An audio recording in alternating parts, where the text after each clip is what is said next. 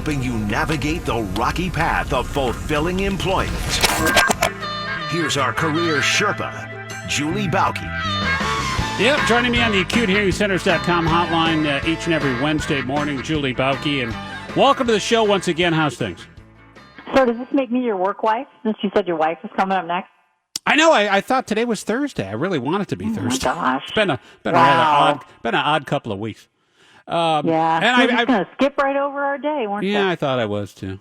I got to do this, I guess, like pulling the Band-Aid off. No, you know what's interesting about this, because you want to talk about when it's time to retire, when to hang it up. And I bring this, let me put this into context before we start. So on the same day that my mom passed away and one of my best friends passed away, all that on the same day, as I learned this as I was heading to a funeral, so three in one day.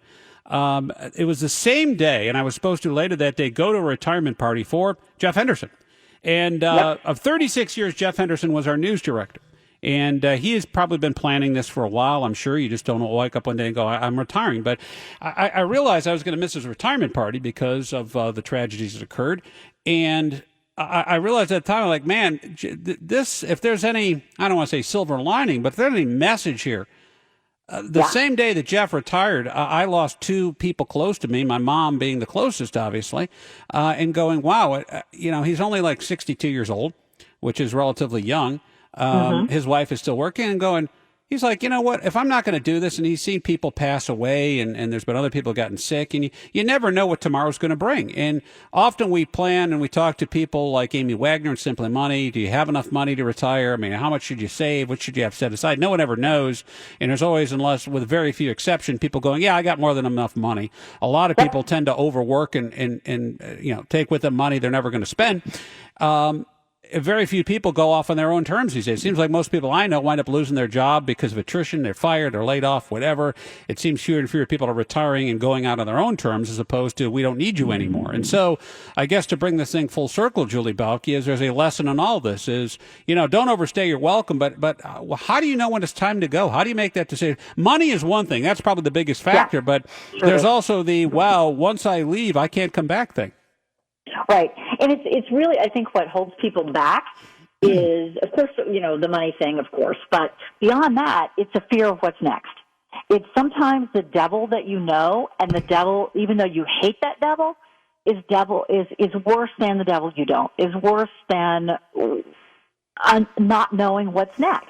Right. And so we cling sometimes to what's familiar, even though we hate it, because we aren't sure what our next life, our next move, what that next reality looks like. And that's a big, scary question. And I talk all the time to people who I talked to somebody a couple weeks ago who said, part of my soul dies every day. Like, wow.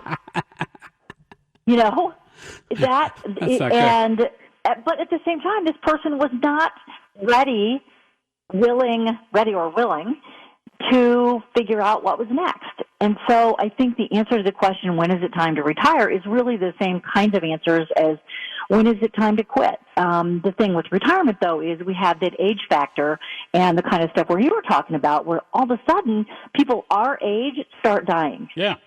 And that really is that wake-up call. And so if you are at the age where you could retire, where you've got the resources to retire, and you first have to ask yourself, why am I staying? And there can be some very good answers to that question that are viable. But if you are unhappy most of every day doing that job, right.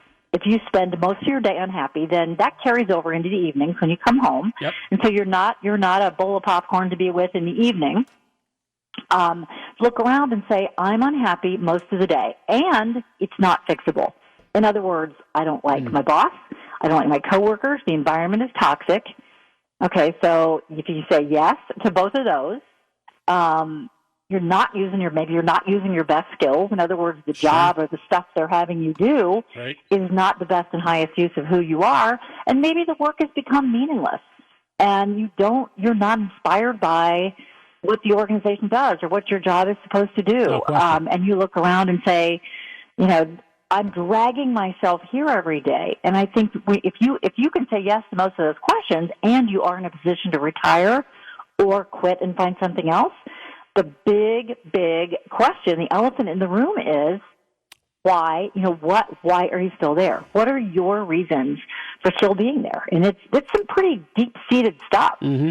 It can be, it's my identity. It is my ego. It is what people know me as. It is, I don't know what else I do without this job, without this career. Right. I'm lost.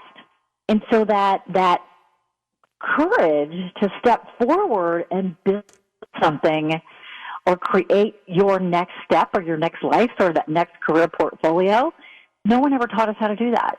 And so it's really scary, and a lot of times we don't want to jump until we know where we're going to land.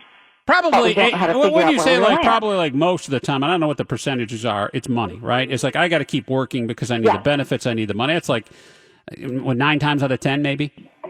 Yeah. Well, when you get to a certain age, it's probably less so if you've invested well. But I also think sometimes that money can be an excuse. Now, there are certainly times when you just don't have any. But there are plenty of people who do have it, but they're convinced they need more. Mm-hmm. They're convinced that it's not enough, even though their financial planner tells them you've got enough. You're good. But it can be how you were raised. It can be, there's a lot of stuff that goes into the money stuff as well. But the figuring out, and there are times when you really could retire from what you're doing now or leave what you're doing now and do something better and still make plenty of money to augment or supplement what you already have so that you're not starting to drain your resources. Maybe you're stockpiling them at a slower rate. But the benefit is you're doing something you actually like, you're living your life, and you probably are increasing your chances of living longer in an enjoyable way because you're not feeling like a part of your soul makes a lot of sense. Every day. That makes a lot of sense to me. And it's a fine line when you're young and you're moving up and you're getting promoted, and and you're wishing the promotions to come faster and faster, and you move around the country. You hit a certain age, probably in your 40s, where it slows down. Maybe the promotions are coming, but now you have a family, you have other obligations. You're probably less likely to want to move somewhere and all that. And then the stage after that is what you're talking about, right? It's like, okay, I've been at this company for X number of years. I've been here for a while, or in this particular job.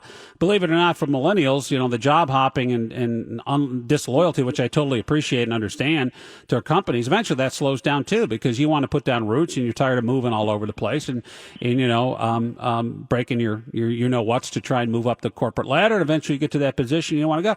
And then after that is the period of like, oh my God, I've been here a long time and I just feel like I'm not doing anything important, and I'm starting to hate myself and hate those around me, and it's and at that point, that's when you start got looking. But you also go, well, I don't want to move, and then who's going to hire me because I'm too old?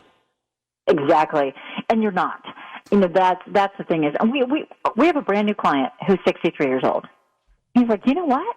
I have more to give. I want to work for 5 more years. Okay. I want to take everything I've learned, everything I've done, and I want to use it in a way, contribute it in a way that's meaningful for me and meaningful for whatever I do next. And so, and who are we to say, well, nobody will hire you? Sure they will. Yeah. It may be you have to position yourself the right way. Mm-hmm. There's a lot of factors that go in there. But it's so much of this crap is between our ears, and we can't get out of our own way. And feeling like you have to stay in a job you hate, no, you don't. I don't even know you, Mr. Listener, Miss Listener, but no, you don't. You don't. That is you telling yourself that.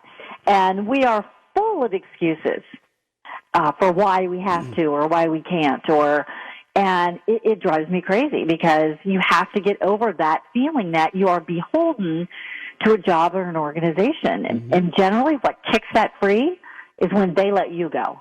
Right. And you're like, oh, I guess I could have. Yeah. Now guess what? Because your attitude's not bad. doing it on your terms anymore.